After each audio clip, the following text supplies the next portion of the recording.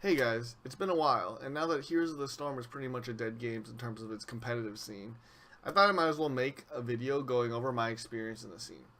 Going from my days back in collegiate and amateur to eventually professional play, coaching, and ultimately what I do today. So, to start things off, I'm just going to kind of give a brief background on my MOBA experience leading into Heroes of the Storm. It did give me a pretty big head start, so you're going to hear a lot of names, some of you which will be familiar with, others not really. But this series videos will mostly be focused on the competitive scene of Heroes of the Storm, beginning from Heroes of the Dorm. So, like, many of the other pros and HOTS, I came from a League of Legends background. I grinded a lot of League. I was a challenger player that mostly played jungle and support. I had a stint in the semi-pro scene, but I never really quite made it. I teamed with a lot of big league players out there, like Dardoch for like almost a week before he rage quit the team in true "Hi, I'm Joshy" fashion. Another one is Clutch Gaming's mid laner, Damonte, and another, at the same time, I was building up the collegiate League of Legends team at the University of Texas at Arlington. Anyway, sometimes in 2015, Here's the Dorm was announced, and at the time, we were still playing League. That League of Legends roster was me, Cladius, Cure, and another two who just like never decided to come to HOTS. DXN was our sub. So we were playing and we had, pretty much reached the top 16 of UL. We knew we weren't going to make it much farther. Our bot lane was just way too weak. Every game was something like they were low diamond, they would get put against master players, they'd get destroyed, we'd have to try to carry them, stuff like that. It was getting especially tilting for me, and I was at the breaking point of kind of just like rage quitting League altogether. Despite being like challenger and ranked 5s with our collegiate team, me, Kier, and Cladius just couldn't carry hard enough while pulling bans left and right on our main champions that, we really knew. So when Heroes of the Dorm was announced, me, Cladius, and DXN were just like, why the hell not? Let's go play Heroes of the Storm. So we started playing HOTS 3 days before the group stage for Heroes of the Dorm started. So looking at the schedule, we knew that the group stages for the round of 16 in Collegiate League of Legends overlapped with the group stages for Heroes of the Storm. So we actually ended up using ringers for the early phases of the Heroes of the Dorm tournament in 2015. During the group stages, we had friends who were actually like way worse players than us, under the guidance of DXN, go through the first half of the group stage and just go undefeated. Eventually, after those like first 3 rounds or so, we ended up taking over and playing the game and, continuing that streak of being undefeated in the group stage until the actual bracket came in. During this time, I had a very, very close friend. His in-game name was Xstorm, if any of you who were around that time remember. He was the #1 ranked player on HOTS. Of course, that was only true if you didn't count fans' account that only like ran 5 stacks in dynamic queue so they would never lose. And, he pretty much gave us this crash course in Here's the Storm over the course of a month. We played Team League together, we played Hero League together. He taught us everything, and I mean everything. We played with a 5-man roster: me, DXN, Cladius, Azumel, the god at Tychus, and this guy called Ken. His ID was like MW412 or something. I don't even remember, but he couldn't really practice, so we had Xstorm fill in for him. Xstorm shot called, and we just destroyed amateur teams a week into the game. One of the teams was like Lazura Gaming or something. I know Pirate Room was on that team initially, and we just had stomped them multiple times within 1 week. Eventually, we were playing Team League, and we ran into the old Temple Storm roster. This was the iteration with Glau, and we were actually able to win a game. Granted, they were obviously trolling, but being able to take games off top teams 2 weeks into the game, like even with them trolling, is pretty good motivation to say the least. So, anyway, after 2 weeks or so, we kind of took over from our ringing team because we basically lost in Collegiate League of Legends and went back to actually playing the Heroes of the Dorm tournament. We went through the group stages undefeated and then got put in the brackets and eventually stomped our way up to the round of 16, and we got put against Arizona State. For those that don't know, Arizona State was Michael Udall and Akaface's team. At the time, they'd been already playing on a amateur team called Kappa Wolves.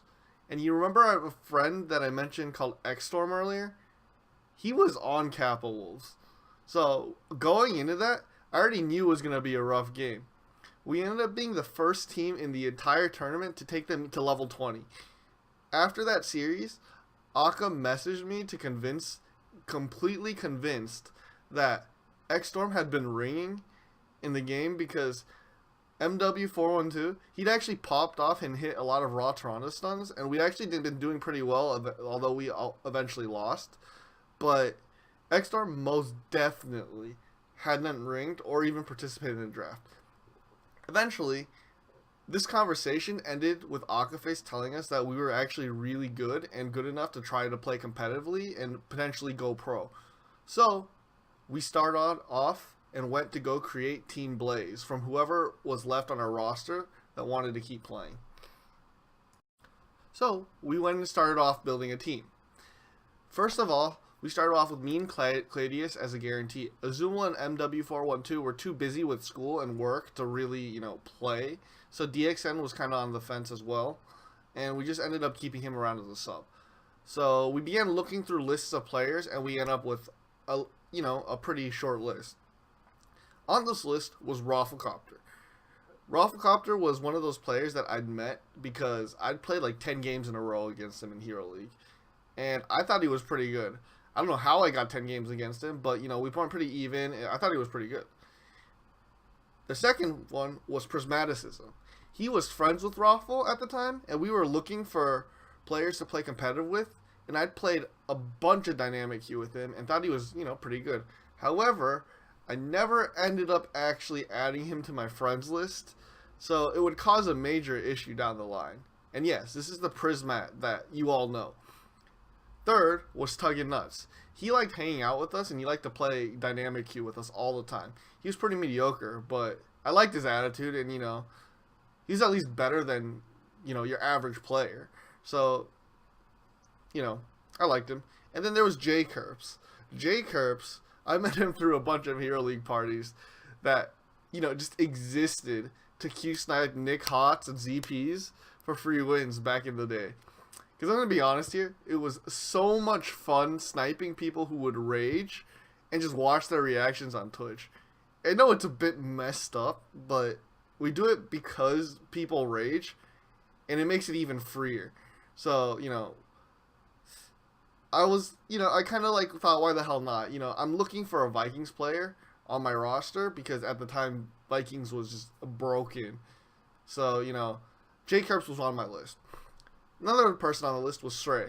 He was a pretty high MMR player at the time, and he was looking for top players to play with. And, me and Cladius were basically going around doing the same thing and advertised ourselves as challenger players coming from League. And so I think we had a conversation, and Stray kind of thought, we weren't good enough yet. And so he didn't really end up pursuing playing with us, which, I get it, given the time.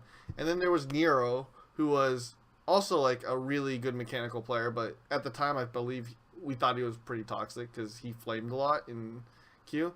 And then there was Jason, who was a really, really good Vikings player at the time, and I thought he was one of the best.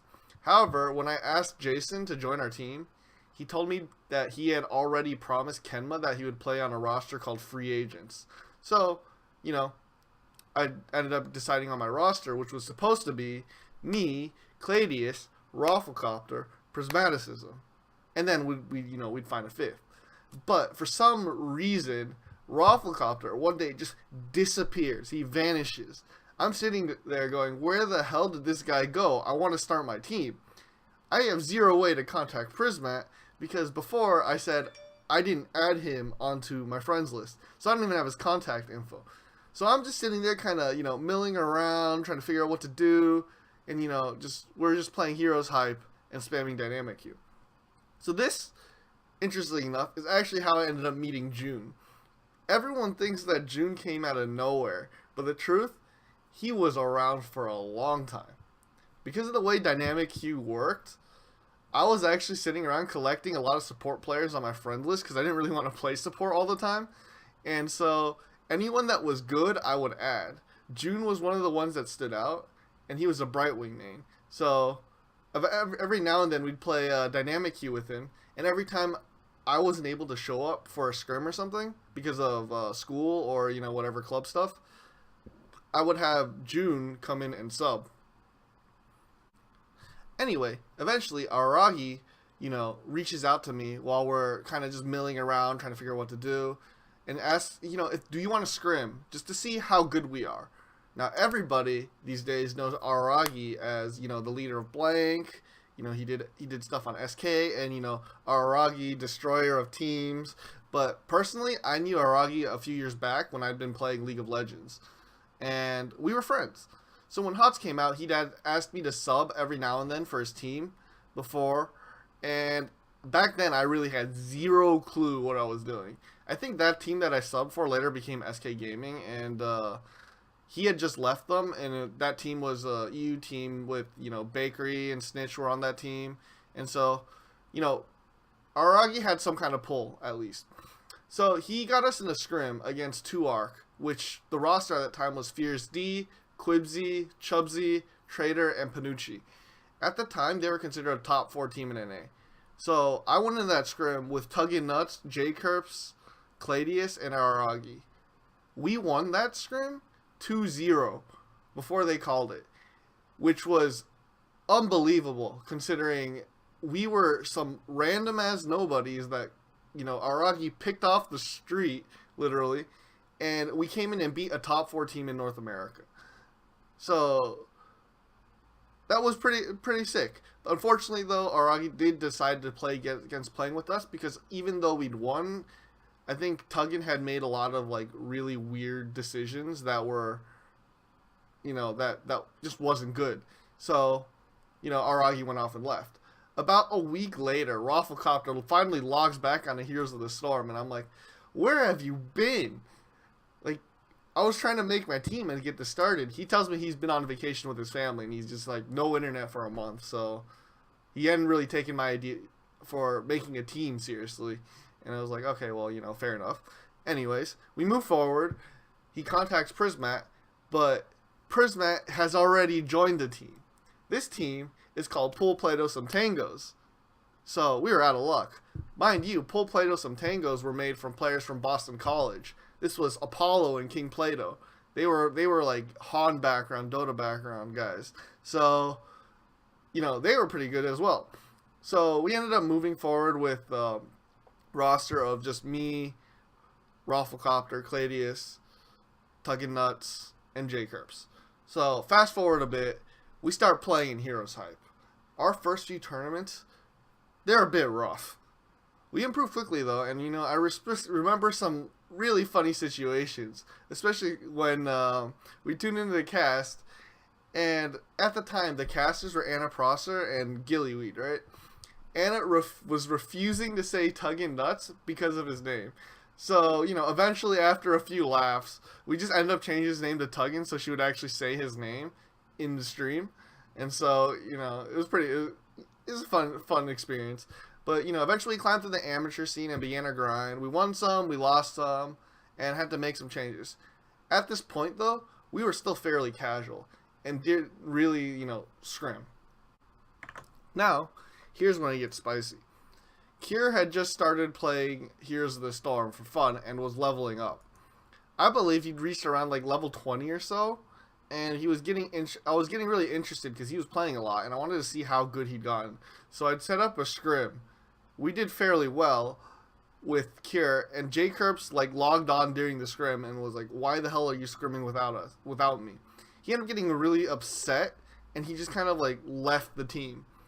I didn't really care to tell him we didn't actually kick him, because I had kind of had thoughts of doing it anyways, because before then, during one of our Heroes Hype tournaments, he'd actually told me, "Give me a second, let me go grab a beer real quick." And I'm just like, you're playing a tournament. Why are you drinking beer during a tournament? It just didn't make sense to me. So, we move forward.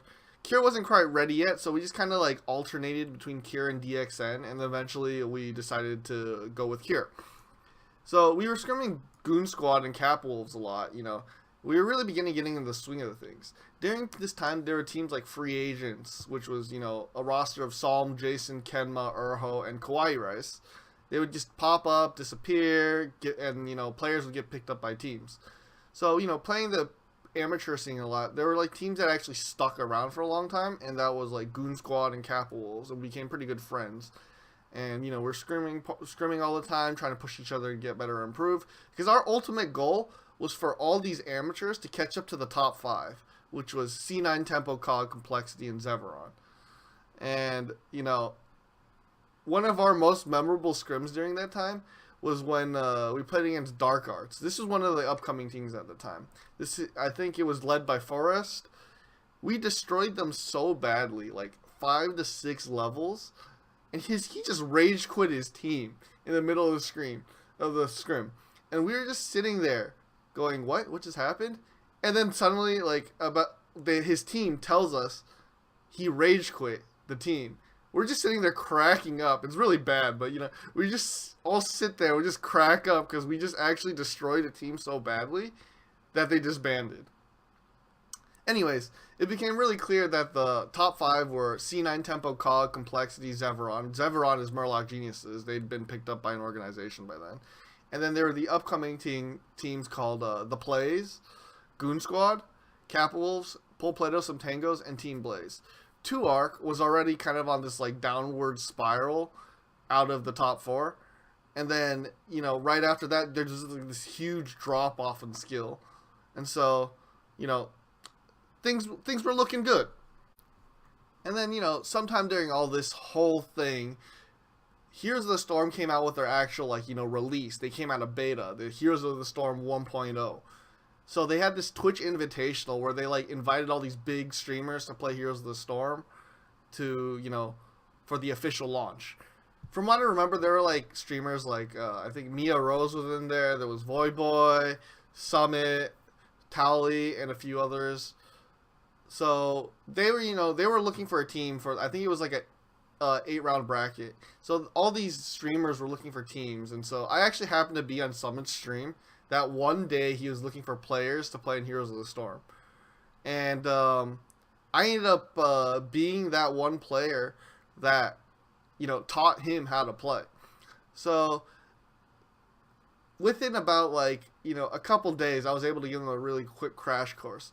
The goal, if I remember correctly, was just to beat Towley's team, because being able to beat Voyboy's team was nearly impossible. He had KO or something on his team, and he had a bunch of other pros. Beating them was just not possible, right?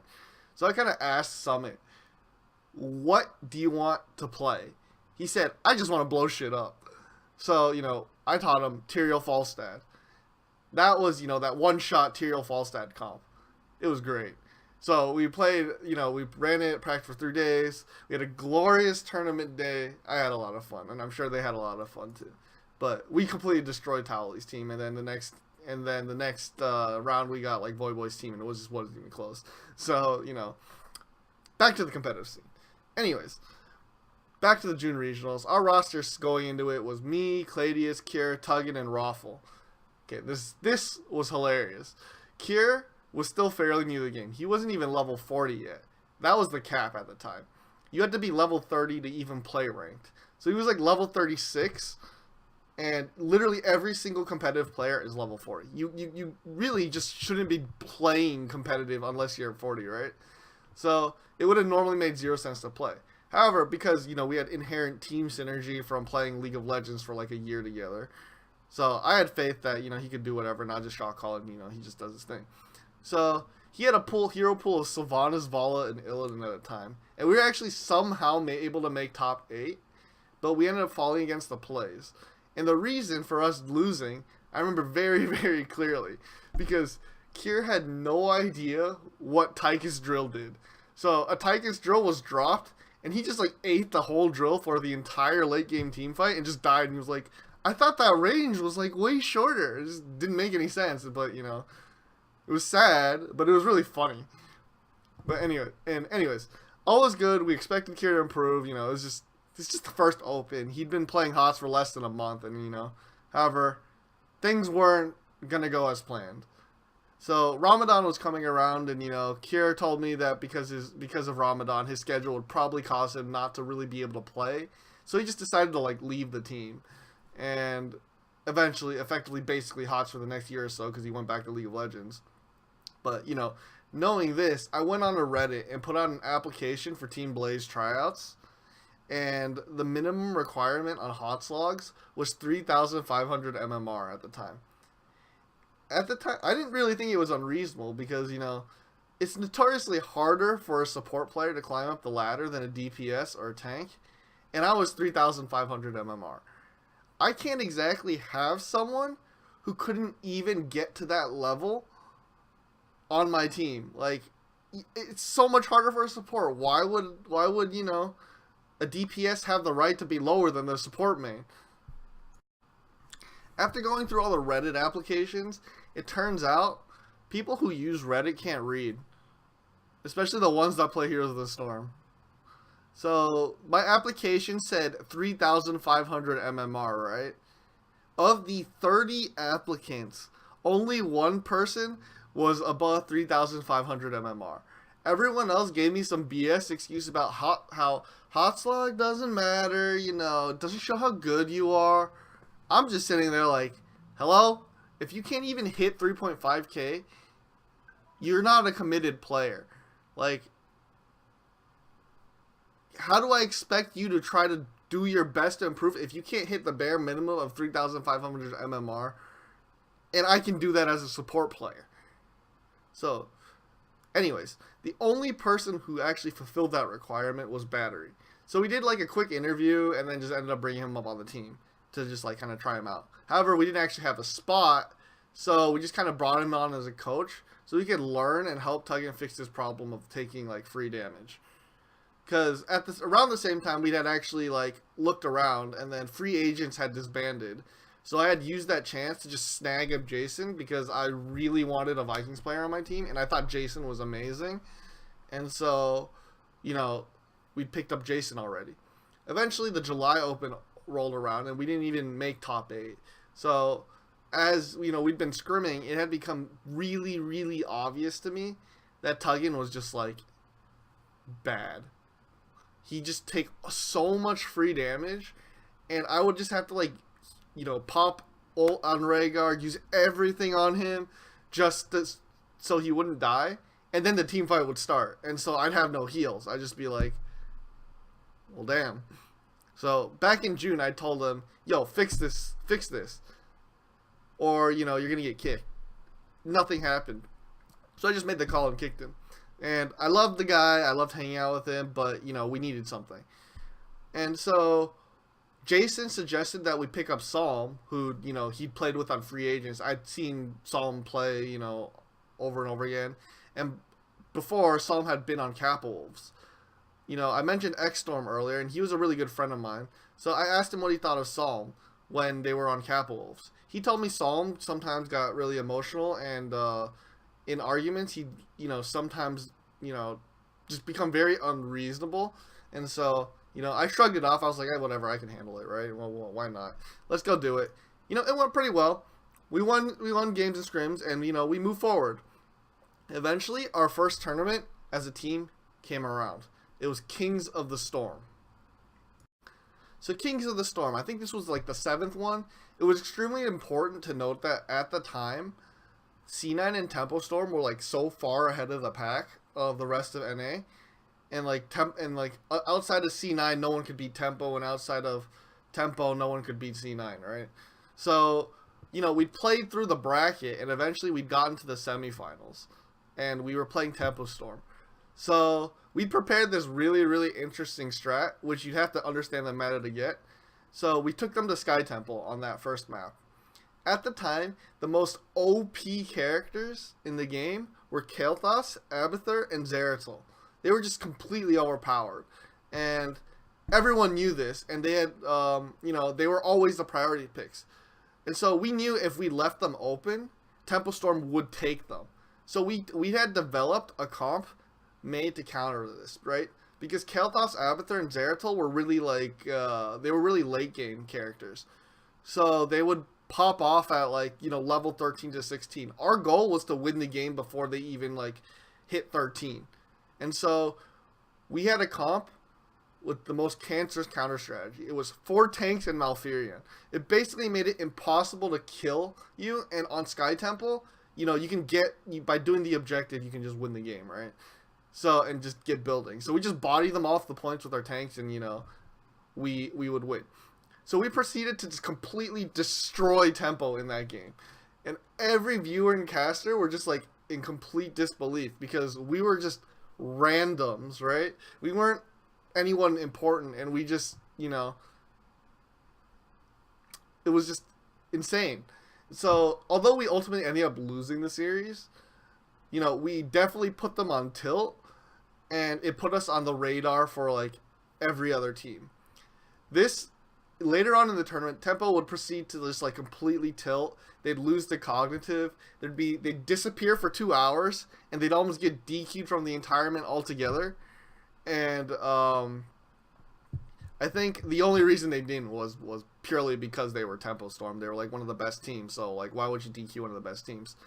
But after that tournament, we actually got contacted by Cloud9 for a scrim block before the August Open, which was super important to us because it's like, wow, we got contacted by the best team in NA for a scrim. I remember going to that scrim block, and Psalm was just like freaking out. He's like, holy shit, we were scrimming Cloud9. I've never scrimmed Cloud9 before. And we ended up going 1-1, but I think it was pretty much Cloud9 testing us to see how good we were, and they weren't really taking that seriously. So anyways, like the other Opens, the tournament finished after round of 16 that first weekend. And the next weekend, it would continue on from the top 8. Well, that week of the round 16, I had a really good family friend who was getting married, and I had to go to San Francisco to some vineyard, so like there was pretty much zero chance of me playing. So I'd asked Kawaii Rice to sub for me on support for that weekend, and Psalm was to take over for shot calling. We practiced like that throughout the week just to make sure it was okay, and it went pretty well. So I just didn't think we'd lose in the round of 16, but fate obviously had other plans, and so at the time there were only really 10 relevant teams. We got lucky and got, guess what? The Plays, who was at that time just picked up by Panda Global. And so, I still thought it was we'd win. We wasn't too worried, but it's still one of the 10 relevant teams compared, in a round of 16 bracket. So it's kind of unlucky. So as I wasn't there, I just kind of ended up watching the games from my phone. And I looked at the phone. It was a 3-level lead on Tomb of the Spider Queen. This was game 3. We had a 3-level lead on them. And, I was like, yes, we got this. We're going to win. And then my connection dropped on my internet, right? I was like, okay, no, it's fine. 3 levels up. They'll just close out the game. I was wrong. I turned on my, when I finally reconnected to the internet and checked the Twitch stream, we had lost. Our core was literally just blowing up. And I'm just sitting there in disbelief of what just happened. So I call Shadow Smile, Patrick, who's our manager, and I asked him what happened. He tells me that they just threw on boss like 3 times, and I'm just dumbfounded. So I just ended up drinking a lot that night at the wedding, trying to just get over everything. So I get back. We have this big team discussion. I ultimately end up arguing a lot with Psalm over that, and we never really quite resolved that argument because I think within the next day or two, he just messaged me, said, I'm done, I'm going to leave the team. I mean, so I was like, okay, fine. What can you do? It happened. So Psalm left, and we're just sitting there. It's like, well, I don't really we have so much time till the next actual tournament that let's just bring Battery onto the roster now. Like, because he's been coaching, he's learned a lot. He knows what our issues are. And so we brought Battery onto the roster officially. And that became the beginning of Team Blaze, which, everyone came to know as, we had the really good spicy cheese comps. We ran non-meta things. And, we truly embraced the concept of flinging poo at buildings until we won the game. Unfortunately, though, this video is already fairly long, and I've only covered about like 5 to 6 months of my HOTS career, and so I expect the series to be pretty long, depending on depending on my schedule. I'll release videos on not, I don't know how consistent it will be, but for the next one, you can expect to see how we came up with our signature Rexar Abacomp, as well as become the first team that really embraced Cho'Gall in a competitive sense. See you next time.